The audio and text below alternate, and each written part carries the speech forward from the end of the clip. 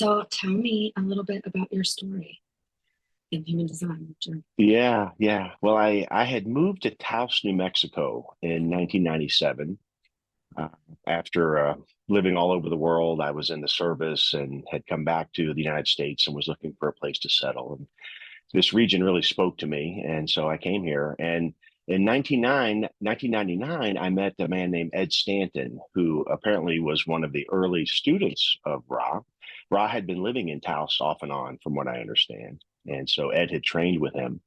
And at that time, I was unaware at that time, but I was going through my first Saturn return. And I was having a lot of structural change in my life, a lot of upheaval.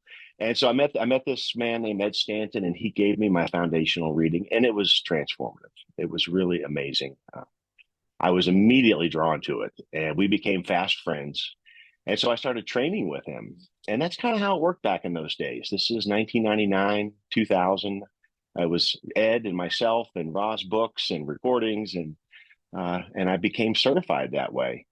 Subsequently, after that, the International Human Design School came into formation from Ra. And I went a number of years just to basically, Ed was my support community. And I was giving readings all throughout the early 2000s. I was also working in business. I was in corporate America as a sales manager, which was fun because I was bringing human design into the workplace. I was always managing around 100 people, and anyone that was let me, I'd share their design with them, support them in best that I could with their job using their body graph. That went on for a number of years. It was really fun. I always called human design my passion job. I'd go to my day job, but every night I was studying and learning and hanging out with Ed, doing readings for one to the other.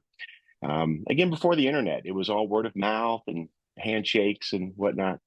And then around about 2009, I started having some other tremendous challenges in life. And luckily, at that time, I met Genoa Bliven, who was he was living in Santa Fe, New Mexico. So just by chance, again, I was able to connect with him and Lasita Shalev. And that was sort of my next chapter in human design, because by that time he was running Human Design America, and International Human Design School had been in full swing for a few years. And I felt it'd be good to see what was available. And so I went through the entire professional training level courses with Genoa from 2009 to around 2014. It took a little while. Um, and I've been working with him ever since. So I teach at Human Design America now, and that's been my professional side of human design. But it's been 25 years now, I guess. Yeah, living the experiment, sharing it in a professional manner. And it's just been an incredible journey.